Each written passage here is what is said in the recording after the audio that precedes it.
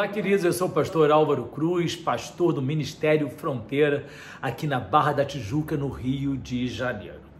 Uma pesquisa feita nos Estados Unidos com capelães que atuam na área hospitalar demonstrou que durante estes tempos de pandemia as pessoas têm tido interesse sobre a eternidade, sobre a vida pós-morte.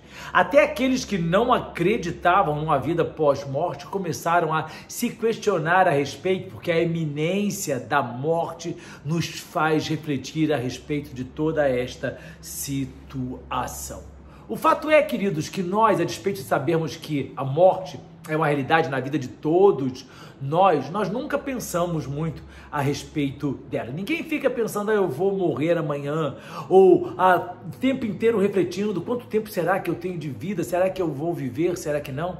Na verdade, a gente vive como se fôssemos viver eternamente, porque a Bíblia também declara que o homem foi feito para ser eterno, e a morte só entrou na vida do homem como consequência do pecado.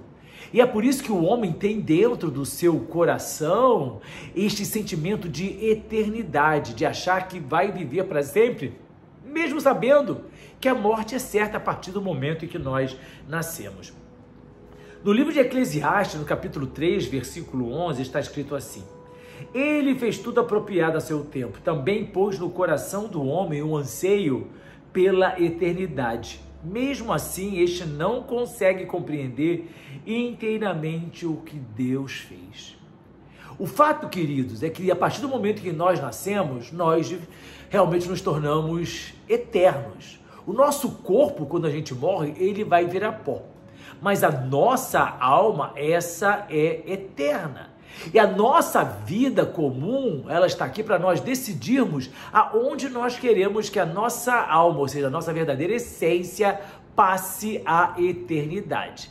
Aqueles que receberem Jesus Cristo como Salvador, o Cordeiro de Deus, o Filho unigênito de Deus que foi crucificado na cruz do Calvário, um sacrifício substitutivo para que nós pudéssemos ter a nossa reconciliação com Deus, para aqueles que o receberem como Salvador, a alma vai passar a eternidade com Deus. Mas também a Bíblia declara que aqueles que se assim não fizerem, a alma terá a eternidade condenada nos sofrimentos do inferno, porque céu e inferno são uma realidade. Para nós que somos crentes na palavra de Deus, tudo isso que tem acontecido nos faz realmente refletir sobre a eternidade e principalmente nos faz compreender a iminência da volta de Jesus Cristo, a iminência do arrebatamento da igreja. Até porque, queridos, eu e você somos cidadãos dos céus. Aqueles que estão em Cristo não são cidadãos da terra. Você pode ter a cidadania brasileira, eu sou cidadão brasileiro, também tenho cidadania portuguesa, você pode ter cidadania americana, mas a palavra de Deus diz que nós não somos cidadãos deste mundo. Paulo escreve aos Filipenses no capítulo 3, versículos de 20 a 21. A nossa cidadania, porém, está nos céus, de onde esperamos ansiosamente o Salvador, o Senhor Jesus Cristo, pelo poder que o capacita a colocar todas as coisas debaixo do seu domínio. Ele transformará os nossos corpos humilhados, tornando-os semelhantes ao seu corpo glorioso. Então, nós não somos cidadãos desta terra, nossa cidadania está nos céus e é para lá que nós anelamos retornar aqueles que estão em Cristo. Enquanto nós estamos vivendo aqui na terra, independente de quanto dure a nossa vida, nós somos peregrinos. Peregrino é aquele que está de passagem, e isso está escrito no livro de Salmos, no Salmo 119, versículo 19, sou peregrino na terra, ou seja, nós estamos aqui de passagem, eu e você, para escolhermos aonde nós queremos passar a eternidade que vem após a morte, ou se o arrebatamento da igreja não acontecer antes que nós venhamos a falecer. Você pensa na eternidade? Você pensa no céu? Mas a minha pergunta não é você eventualmente pensa, não, pastor, assim, de 3 em 3 meses eu penso alguma coisa relativa aos céus, de vez em quando eu me pego pensando na eternidade. Não, não é isso não. Você pensa frequentemente na eternidade? Você pensa frequentemente no céu? Você pensa frequentemente em Deus, na salvação da sua alma, no seu desejo de estar na presença dele para alcançar a conquista da coroa da eternidade? Nós precisamos pensar nisso, queridos, porque muita gente pensa para dizer assim, eu não acredito em céu, eu não acredito. Será que é isso mesmo? Tem muito crente que se pergunta, será que a eternidade realmente existe? Será que a igreja vai ser mesmo arrebatada? Não sei, essa promessa está aí na Bíblia há tantos séculos e até agora não aconteceu. É por isso que Jesus Cristo nos ensinou a olhar para os sinais dos tempos, para entendermos a proximidade do regresso dele. Eu não posso precisar para você, aliás, ninguém pode, quando isso vai acontecer. Se vai ser este ano, se vai ser daqui a 10 anos, se vai ser hoje à noite, se vai ser daqui a um século, eu não posso precisar e ninguém pode, mas que vai acontecer, isto é fato, porque a palavra de Deus, ela é fiel. E eu e você precisamos pensar para destruirmos tudo aquilo que vem de encontro à nossa fé. 2 Coríntios 10:5, Paulo escreveu, destruímos argumentos e toda pretensão que se levanta contra o conhecimento de Deus e levamos cativo todo o pensamento para torná-lo obediente a Cristo. Então, eu e você destruímos as inverdades que são faladas a respeito da palavra do Senhor, que a Bíblia não é a palavra de Deus, que a Bíblia é tão somente um livro de fábulas que tem um certo cunho moral, que Deus não existe, que é uma criação humana, que o céu também não existe, assim como o inferno também não existe. Nós precisamos destruir esses argumentos que são falaciosos e também toda a pretensão, ou seja, da arrogância humana, de querer impor a Deus aquilo que a sua, entre aspas, intelectualidade ou também, entre aspas, racionalidade impõe. Eu e você pegamos o nosso pensamento e levamos cativo, ou seja, nós temos autoridade em Cristo para aprisionarmos o nosso pensamento, ou seja, nós controlamos aquilo que nós pensamos sim, e levá-lo à obediência em Cristo. O homem normalmente pensa em tudo que se relaciona à sua vida terrena. A gente pensa, a gente faz planos, a gente estabelece conquistas, a gente deseja metas, a possuir bens, a gente literalmente faz cálculos, a gente fica refletindo sobre as possibilidades. Mas a Bíblia ensina, queridos, que todo e qualquer pensamento humano que não esteja em Deus não tem utilidade. Salmo 94, versículo 11 diz assim, o Senhor conhece os pensamentos do homem e sabe como são fúteis. Tudo que nós pensamos que não esteja relacionado a Deus, diante dele é futilidade, ou seja, é inútil. Por quê? Porque quando nós morremos, todos os nossos planos, todos os nossos pensamentos, todo o nosso planejamento, tudo fica, tudo acaba.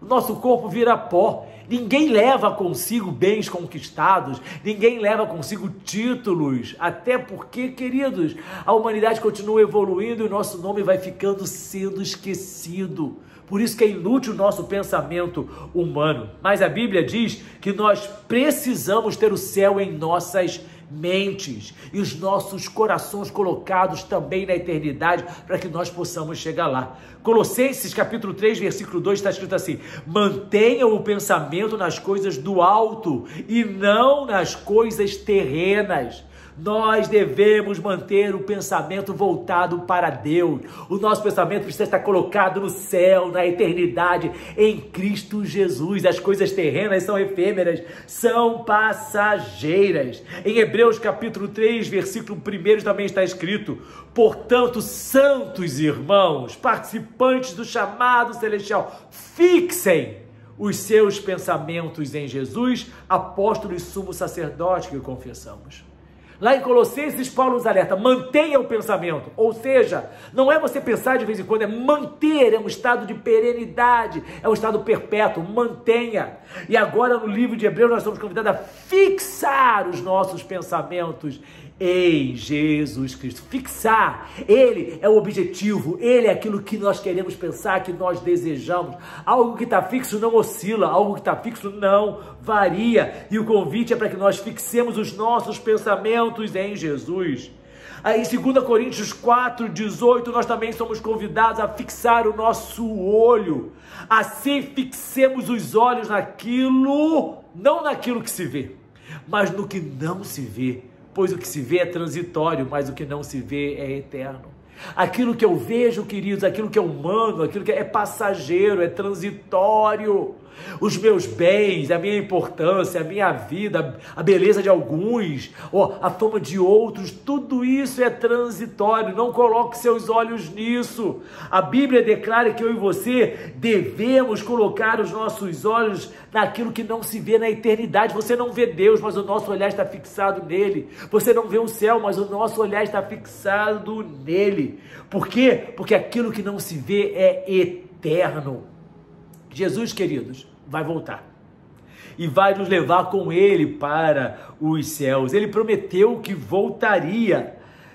João capítulo 14, versículos de 2 a 3. Jesus nos ensinou assim: na casa de meu pai há muitos aposentos. Se não fosse assim, eu lhes teria dito, vou preparar-lhes lugar. E se eu for e lhes preparar lugar, voltarei e os levarei para mim, para que vocês estejam onde eu estiver. Jesus declarou que vai voltar e vai nos levar com Ele, vai nos levar com Ele para os céus, onde nós estaremos na eternidade diante de Deus, nós, os salvos, lavados, redimidos pelo sangue de Jesus Cristo. O arrebatamento da igreja é uma realidade, ainda que muitos não creiam, ainda que muitos duvidem, ainda que muitos tenham adormecido sobre esta verdade, mas vai acontecer. E vai ser num abrir e piscar de olhos. 1 Coríntios 15, 52. Num momento, num abrir e fechar de olhos, ao som da última trombeta, pois a trombeta soará, os mortos ressuscitarão incorruptíveis e nós, os que estivermos vivos, seremos transformados. Num abrir e fechar de olhos. Seja, num piscar de olhos. Você sabe quanto tempo leva um piscar de olhos? 1/10 de segundo. Quando você fala um segundo já foi. É a 10ª parte de 1 segundo. É muito rápido. Quando você piscar, ou eu, nós estaremos com o Senhor na glória para todo sempre. Mas aqueles que não forem salvos, quando piscarem, vão perceber que aqueles crentes que falavam no arrebatamento já não vão estar junto a eles, que aqueles queridos que pregavam a palavra do Senhor também não estarão mais ali, ou aqueles que congregavam com ele na igreja, estavam na presença do Senhor, já não estão mais ali, e aqueles que ficaram perderam a salvação, porque não existe um arrebatamento parcial, não existe a possibilidade de ser ajustado espiritualmente através do sofrimento que essa terra vai passar, para então alcançar a salvação, porque nós somos salvos pela graça, em Jesus Cristo. Nós precisamos estar atentos, nós precisamos estar alertas. 1 Tessalonicenses 4, de 15 a 17, nos ensina: dizemos a vocês pela palavra do Senhor que nós, os que estivermos vivos, os que ficarmos até a vinda do Senhor, certamente não precederemos os que dormem. Pois dada a ordem com a voz do arcanjo, o ressoar da trombeta de Deus, o próprio Senhor descerá dos céus e os mortos em Cristo ressuscitarão primeiro. Depois, nós, os que estivermos vivos, seremos arrebatados com eles nas nuvens para o encontro com o Senhor nos ares. E assim estaremos com o Senhor para sempre. Ó, bendita esperança! Jesus Cristo está voltando. Essa pandemia só serve para gritar, alerta, para que nós despertemos, para que nós coloquemos a nossa vida na presença do Senhor, para que nós possamos verdadeiramente dizer: Maranata, ora vem Senhor Jesus. É o que eu mais anelo, queridos. Eu não peço a Deus riqueza, eu não peço a Deus bens, eu não peço a Deus nada que seja deste mundo, mas eu peço a Ele: Senhor, me ajuda a ser fiel até o final, para que eu seja arrebatado e eu esteja com o Senhor para todo sempre. Nada neste mundo vale a nossa salvação.